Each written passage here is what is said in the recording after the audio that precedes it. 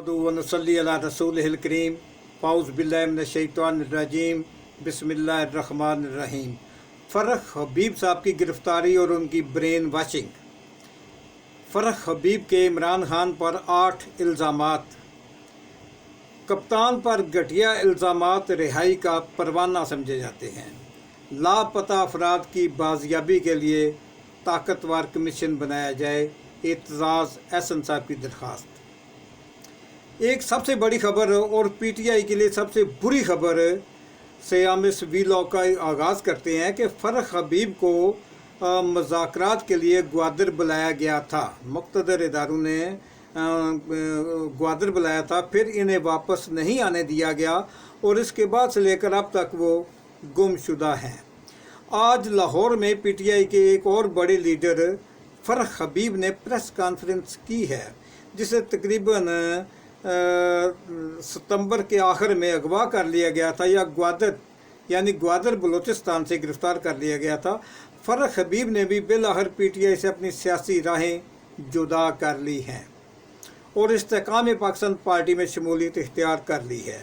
उन्होंने 8 बड़े बड़े इल्ज़ामात कप्तान पर लगाए हैं कि उन्होंने कहा है कि कप्तान पर उन्होंने पुरतशद्दुद सियासत को फ़रोग़ देने का इल्ज़ाम लगाया और कहा है कि वो तशद्दुद को प्रमोट करते थे। नंबर 2, बेल्ट की सियासत करने के बजाय बुल्ट की सियासत के लिए कारकुनों की ज़ेन साजी करते रहते थे। नंबर 3, लोगों को टिश्यू पेपर की तरह इस्तेमाल करते रहे। नंबर 4, 9 मई के वाक़या के लिए बाकायदा मनसूबाबंदी खान साहब ने की थी और कारकुनों को तैयार किया गया था कि इन जगहों पर एहतजाज करना है। नंबर 5, तोशाखाना से गाड़ियाँ और दूसरे तहफ़ लेना इन्हें ज़ेब नहीं देता था। नंबर 6, मोहम्मद अली जिन्ना के पाकिस्तान को फरह गोगी, बुशरा बीबी और उस्मान बुज़दार का पाकिस्तान बना के इसकी तौहीन कर दी गई थी। अलकादर अगर बनवाना था तो बंद लिफाफे में काबीना से क्यों उसे पास करवाया गया। नंबर 8, खान साहब ने अपनी ज़िम्मेदारी को सही तरीके से अदा नहीं किया।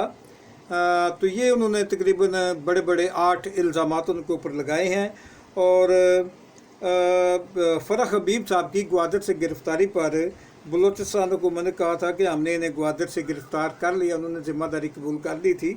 लाहौर हाई कोर्ट में इस सिलसिले में रजू किया गया, लेकिन वहाँ से भी कोई ख़ास मदद नहीं मिली।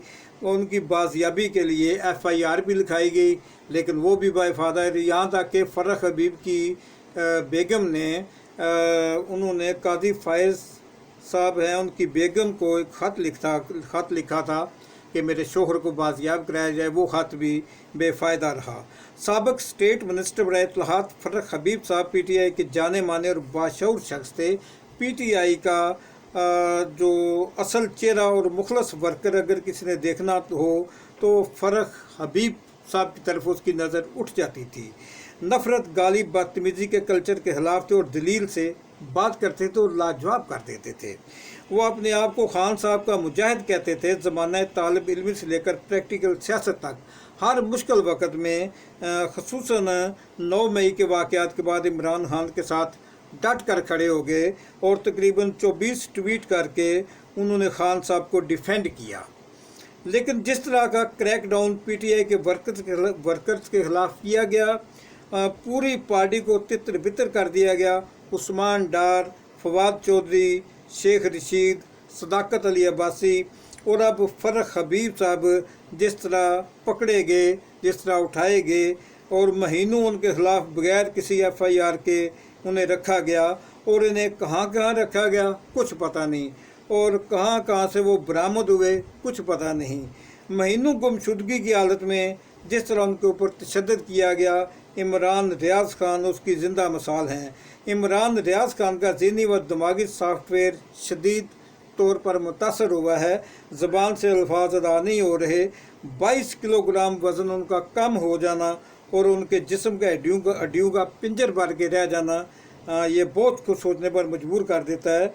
ये कुछ किया जाता है उन लोगों के साथ जिन्हें जबरी उठा लिया जाता है और फिर कहीं उनकी सुनवाई या बाजियाबी नहीं होती। ऐसे गिरफ्तार शुदगान के बाद सिर्फ एक रास्ता खुला होता है कि वो 9 मई के वाक़यात की मजम्मत करें, इमरान खान साहब और उनकी फैमिली पर घटिया इल्ज़ामात लगाएं और रिहा होकर घर चले जाएं। आपके तमाम केस माफ़ हो जाएंगे। यही सब कुछ आज हम उस्मान डार, सदाकत अली अब्बासी और फरह हबीब के बारे में देख रहे हैं कि इन्होंने प्रेस कॉन्फ्रेंस करके तो किस तरह से हर इल्ज़ाम, हर FIR, हर किस्म के जुर्म से ये मुबर्रा हो गए हैं। इत्तेज़ाज़ हसन साहब की तरफ से एक आइनी पटिशन सुप्रीम कोर्ट में दायर की गई है जिसमें जबरी गुमशुदगियों के खिलाफ स्टैंड लिया गया है। मौजूद शहरियों को उठाकर गायब कर देने, लापता कर देने या अगवा कर लेने लिए जाने का उन्होंने कहा है कि ये गंदा खेल अब ख़त्म होना चाहिए। और उन्होंने सुप्रीम कोर्ट से दरख्वास्त किया है कि लापता अफराद को बाजियाब कराया जाए। इसके लिए एक ताकतवर कमीशन तश्कील दिया जाना चाहिए जो कि लापता किए जाने वाले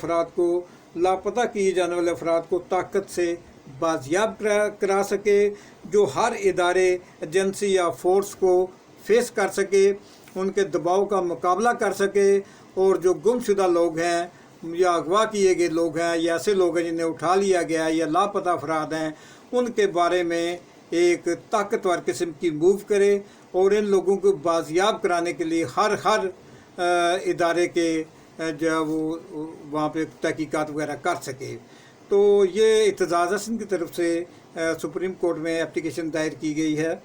तो इसके साथ ही हमारे आज का व्लॉग ख़त्म होता है। काइंडली से मेरे चैनल को सब्सक्राइब कर लें। बहुत शुक्रिया। अस्सलाम वालेकुम।